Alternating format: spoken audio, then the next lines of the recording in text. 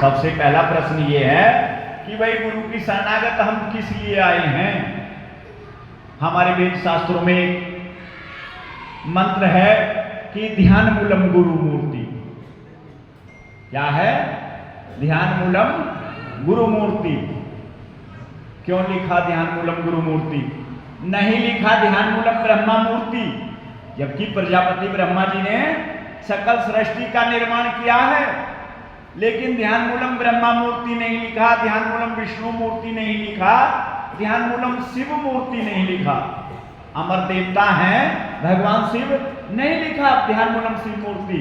विष्णु जी सारी सृष्टि के संचालक हैं, श्री हरि नारायण क्षीरसागर निवासी, नहीं लिखा ध्यान मूलम विष्णु मूर्ति। ध्यान मूलम देवी देवता मूर्ति नहीं लिखा, ध्यान मूलम गाय मूर्ति नहीं लिखा, ध्यान मूलम गंगा जी मूर्ति नहीं लिखा, ध्यान मूलम माता पिता मूर्ति नहीं लिखा, ध्यान मूलम तुलसी मूर्ति नहीं लिखा। क्यों लिखा ध्यान मूलम गुरु मूर्ति? कोई भी बतलाए। सोनू,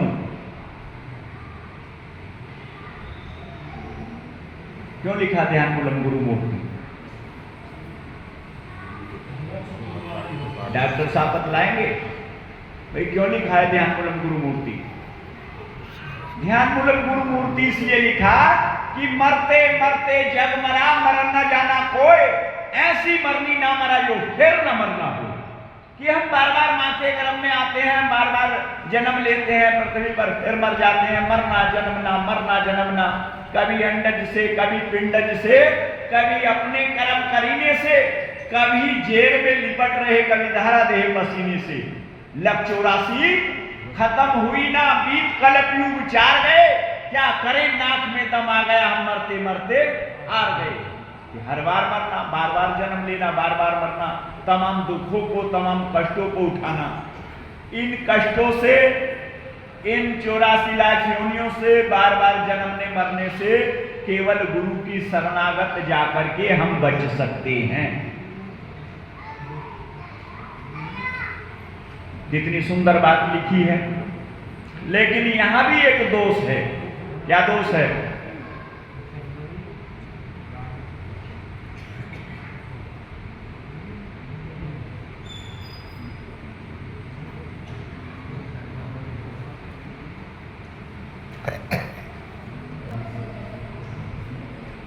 तो इस जन्म मरण के चक्र से केवल गुरु दूर कर सकता है। लेकिन इस पे भी एक तंज कसा है। साहिब ने कहा है कि पानी पियो छान के, गुरु पियो जान के। भाई गुरु कैसे हो? आजकल संसार में गुरुओं की भीड़ लगी है। साहिब ने कहा है कि बहुत गुरु हैं, या जग माही हरे द्रव कछु संकट नाही। कि पहले गुरु की पहचान करनी जरूरी है कि क्या ये गुरु हमारा 84 लाख योनि से निवारण कर सकता है या नहीं। पहचान बहुत जरूरी है गुरु की। तो किस तरह से पहचानेंगे हम? बतला सकता कोई? क्या पहचान है गुरु की? बड़े बड़े संत ज्ञानी ऋषि मुनि ध्यानी बैठे हैं कि भाई जब हमें गुरु की आवश्यकता, अब सबसे पहले किसकी आवश्यकता है संसार में? जैसे बच्चे को माता की आवश्यकता है, पिता की आवश्यकता है, पाठशाला की आवश्यकता है, परिवार की आवश्यकता है। इसलिए हमें इस संसार सागर से पार जाने के लिए एक गुरु की आवश्यकता है। अभी अभी महाराज जी ने एक वाणी बोली थी साहिब कबीर की, बड़ी सुंदर रचना थी कि मोय सुन सुन आवे हांसी, पानी विच मीन प्यासी। उदाहरण दिया है साहिब ने मछली का, लेकिन मछली के लिए नहीं लिखा। किसके लिए लिखा? इस मनुष्य के लिए लिखा कि ये मनुष्य संसार सागर में तमाम संपदा होने के बावजूद भी दुखी है, प्यासा है। इसकी वासना समाप्त नहीं हुई। क्यों? क्योंकि वासना जितनी बढ़ाओ उतनी ये डायन बढ़ती है। नागिन को जितना दूध मिले उतनी ही जहर उगलती है। महाराज जी आ रहे, आपका नंबर भी नहीं, आप आ जाओ, हम बाद में जोड़ देंगे।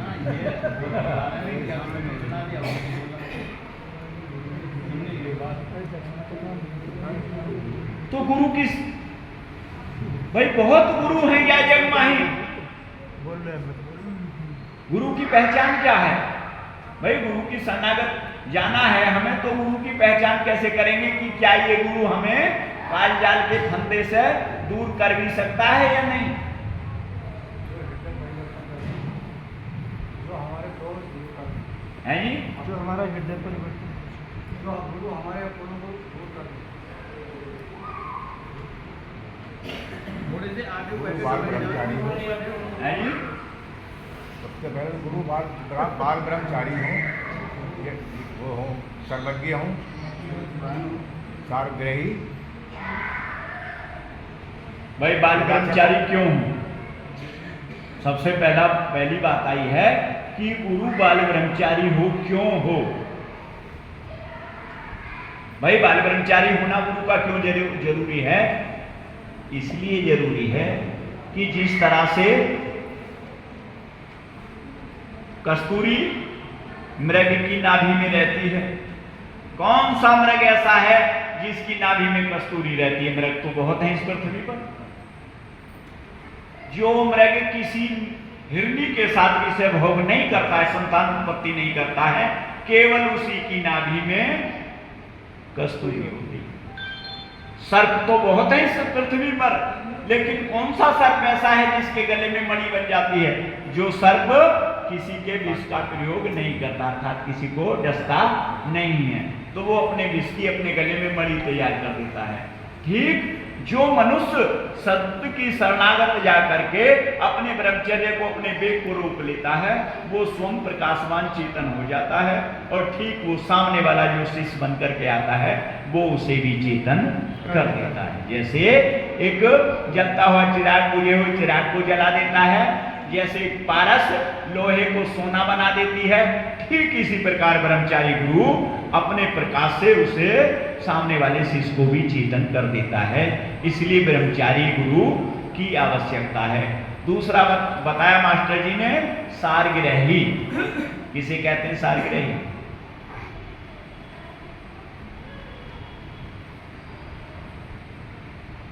बताओ मास्टर जी बताओ।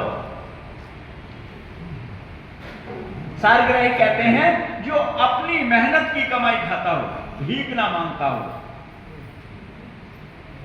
भीख मांग रहे हैं, चालाकी कर रहे हैं, ठगी कर रहे हैं, दिन बार कर रहे हैं, कर्म कांड कर रहे हैं, ये एक सच्चे सतगुरु की पहचान नहीं है। इसे कहते हैं सारग्राही। अयाचक, जो कभी भिक्षा नहीं मांगता हो। सर्वज्ञ अर्थात सारे वेद शास्त्रों का जिसे ज्ञान हो।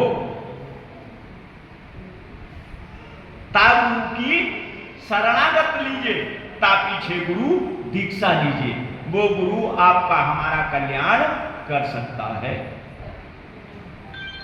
पहला दाता शिष्य भयो, जो तन मन धन अर्पो शीश, दूजे दाता गुरु भय भये, जो प्रेम भया आशीष।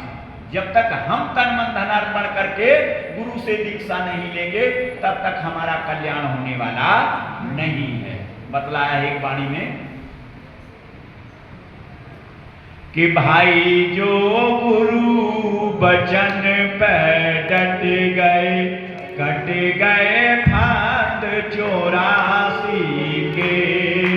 भाई जो गुरु वचन पे डट गए, कट गए फांद 84 के।